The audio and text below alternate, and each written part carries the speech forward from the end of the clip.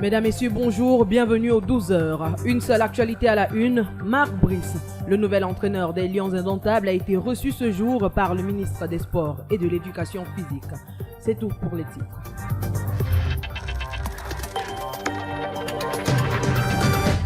« 92.2 FM ». Recensement de la population camerounaise, l'État recherche 22 milliards de francs CFA pour faire le travail. Depuis 2005, le pays n'a plus connu cet exercice important pour le développement et aujourd'hui, le sujet fait l'actualité. Reportage Jordan Djoussofomokan. 9 ans après avoir été institué, le 4e recensement général de la population se prépare au Cameroun. Ce qui coince actuellement, c'est que les autorités cherchent 22 milliards de francs CFA pour compléter le budget estimé à 64 milliards de francs CFA pour la réalisation de ce recensement général de la population qui sera couplé à celui de l'habitat, de l'agriculture et de l'élevage. Ce recensement a pour objectif de fournir des données nécessaires à la planification du développement et à l'intégration claire sur le plan démographique des politiques gouvernementales devant permettre au Cameroun d'être émergent. Pour construire des écoles, des hôpitaux et autres infrastructures dans les localités du pays, les autorités ont besoin de connaître le chiffre exact des populations qui y vivent afin d'établir les priorités. Pour réaliser cette mission, annoncée depuis bientôt 10 ans à travers un décret présidentiel signé le 15 septembre 2015, le Premier ministre demande au ministre de l'économie,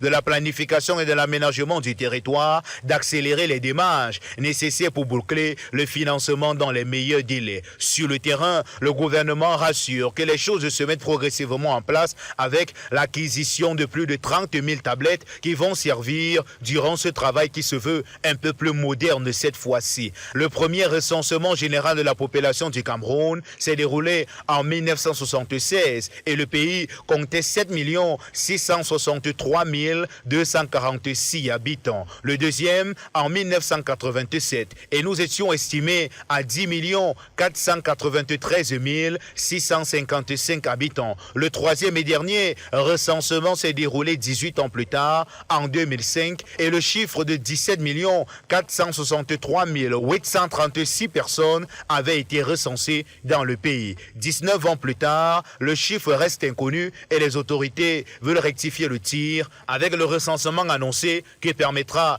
de mieux décider pour l'avenir du pays.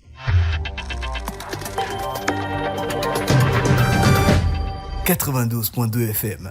Après la nomination du sélectionneur Marc Brice à la tête des Lions Indomptables, la Fédération camerounaise de football, FECAFOOT, dans un communiqué publié le 6 avril dernier, refuse d'entérimer la décision prise par le ministère des Sports et de l'Éducation physique. Plusieurs Camerounais s'expriment à ce sujet dans ce reportage signé Yvan Ameni.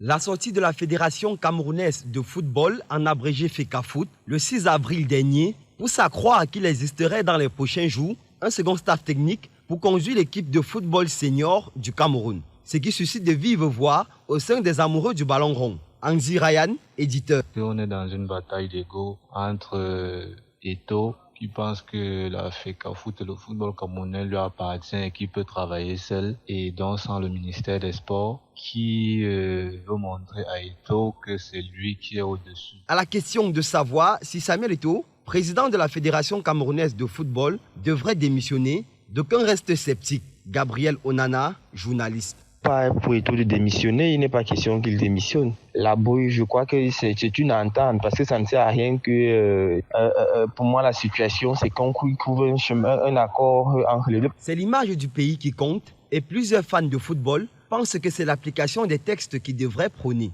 Franklin Z. Yongo, étudiant. Je pense juste qu'il doit appliquer ce qui s'est dit dans la convention de 2014. Il n'est pas nécessaire qu'il démissionne, c'est juste qu'il est mal entouré et il est mal conseillé. En rappel, la signature du contrat du sélectionneur Marc Brice est prévue ce lundi 8 avril 2024 dans la mi-journée, quelques heures avant la publication du staff technique de la Fédération camerounaise de football. À cet effet, toujours 24 heures, c'est le temps accordé au président de la FECAFOOT, Samuel Eto, pour proposer les nouveaux membres de l'encadrement des Lions Indomptables. C'est à l'issue de la réunion du comité d'urgence de la fédération tenue samedi dernier. Lucien Balambarga.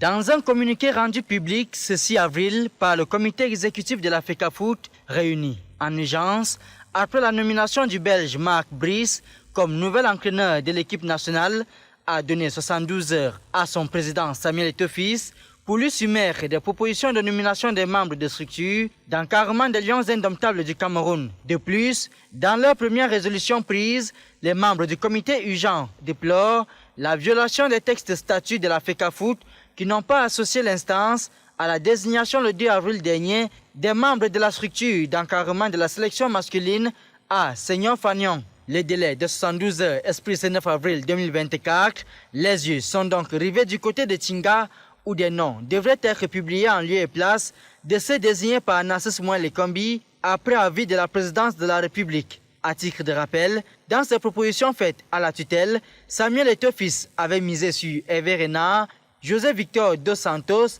et Fabio Cannavaro et comme potentiel adjoint David Pagou et Thomas Nkono pour entraîner les gardiens. Le comité ministériel d'études des dossiers avait donc rejeté ces dossiers en raison notamment de fortes exigences financières et des requêtes insoutenables et dissuasives de la FECAFOOT.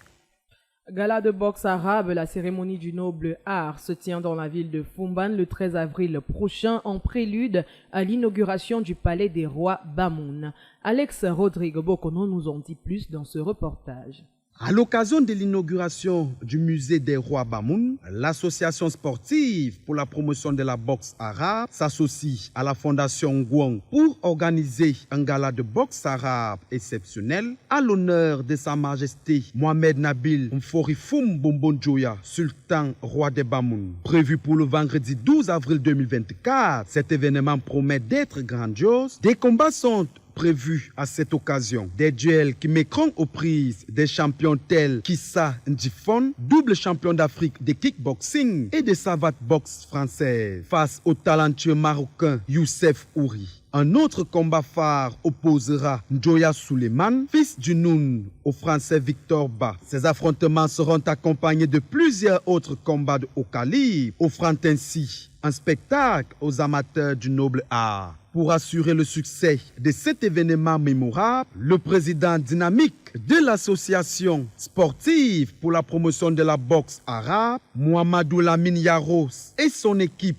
ont eu l'honneur de travailler en étroite collaboration avec Sa Majesté Mohamed Nabil Mforifoum Bombonjoya. En tant que parrain de l'événement, le sultan roi des Bamoun a prodigué ses précieux conseils pour garantir le bon déroulement de ce gala unique organisé en l'honneur du peuple Bamoun et de sa culture, tout en mettant en lumière les talents locaux excellés dans la boxe arabe. Le rendez-vous est donc fixé pour le 12 avril prochain à l'explanade de la cour d'apparat du royaume Bamoun, où ce grand show de boxe réunira passionnés et curieux pour célébrer la noblesse du sport et la richesse culturelle des Bamoun. Une soirée inoubliable en perspective où la force, la technique et l'élégance se mêleront pour offrir un spectacle à couper le souffle. Et parlons judo dans ce journal avec l'Afrique Open de Luanda en Angola 2024 où la team Cameroun de judo junior a pris part depuis le 4 avril dernier avec 4 judokas. Le bilan de la team Cameroun est présenté dans cet élément que signe Alex Rodrigue Bokono une fois encore. C'est une moisson assez abondante pour les judokas camerounais qui ont pris part à l'African Cup cadet et junior et à l'Open de Luanda 2024 en Angola. Chez les juniors, 4 judokas engagés ont rivalisé d'agresse pour rafler 4 médailles, dont 3 en or et 1 en argent. La catégorie judo senior a marqué son empreinte dans cette compétition. Avec 12 judokas engagés, le bilan présente 10 métaux total, soit 1 médaille en or, 6 en argent et 3 en bronze. Une prestation honorable pour la team Cameroun qui aura marqué les esprits au cours de cette compétition cadet, junior et senior de judo qui s'est tenue à Luanda en Angola. Après cette clap de fin, le rendez-vous est pris pour les championnats d'Afrique senior, dames et messieurs, prévus au Caire en Égypte du 24 au 28 avril 2024. « 92.2 FM. Hors de nos frontières, les affiches du président de la transition, Mahamat Kaka, et son premier ministre, Succès Masra, jonchent déjà les rues de plusieurs quartiers au Tchad. Et puis au Rwanda, l'on commémore les 30 ans du génocide de 1994 et en Sierra Leone, la lutte anti-drogue a été déclarée en urgence. Entrons dans le round-up avec Fadimatou Nzamdoumki. Le président de transition Mahamat Kaka et son premier ministre Succès Masra décrédibilisent le processus électoral du 6 mai prochain, alors que la campagne pour l'élection présidentielle du 6 mai 2024 est censée débuter le 14 avril prochain. Les affiches de ces personnalités jonchent déjà les rues de plusieurs quartiers de la capitale N'Djamena. Une situation que décrivent certains candidats à l'élection, à l'instar du docteur Nasra Jismakar, candidat numéro 10 sur la liste. Les autres candidats, quant à eux, menacent d'entreprendre des actions pour se faire entendre si rien n'est fait d'ici 24 heures.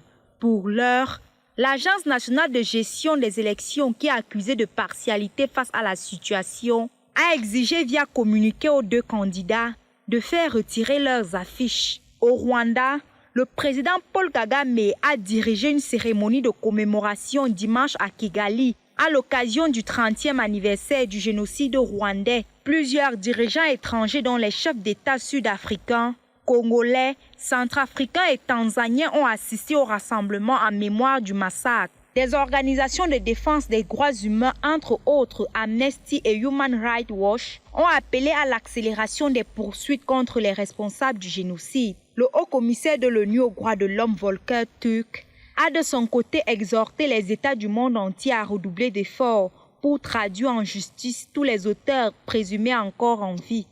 Et en Sierra Leone, le président Julius Maada Bio a fait une annonce suite aux appels de son gouvernement pour prendre des mesures contre la consommation croissante d'une drogue bon marché appelée Koch. 4 ans déjà que ce poison existe, des centaines de décès et des troubles psychiatriques chez de nombreux consommateurs se multiplient. Pour éradiquer cela, le chef de l'État a instauré un groupe de travail national sur la toxicomanie, impliquant tous les secteurs de la société et supervisé par une équipe consultative présidentielle pour mettre en œuvre une stratégie en 5 étapes pour ce qu'il a appelé un avenir sans drogue.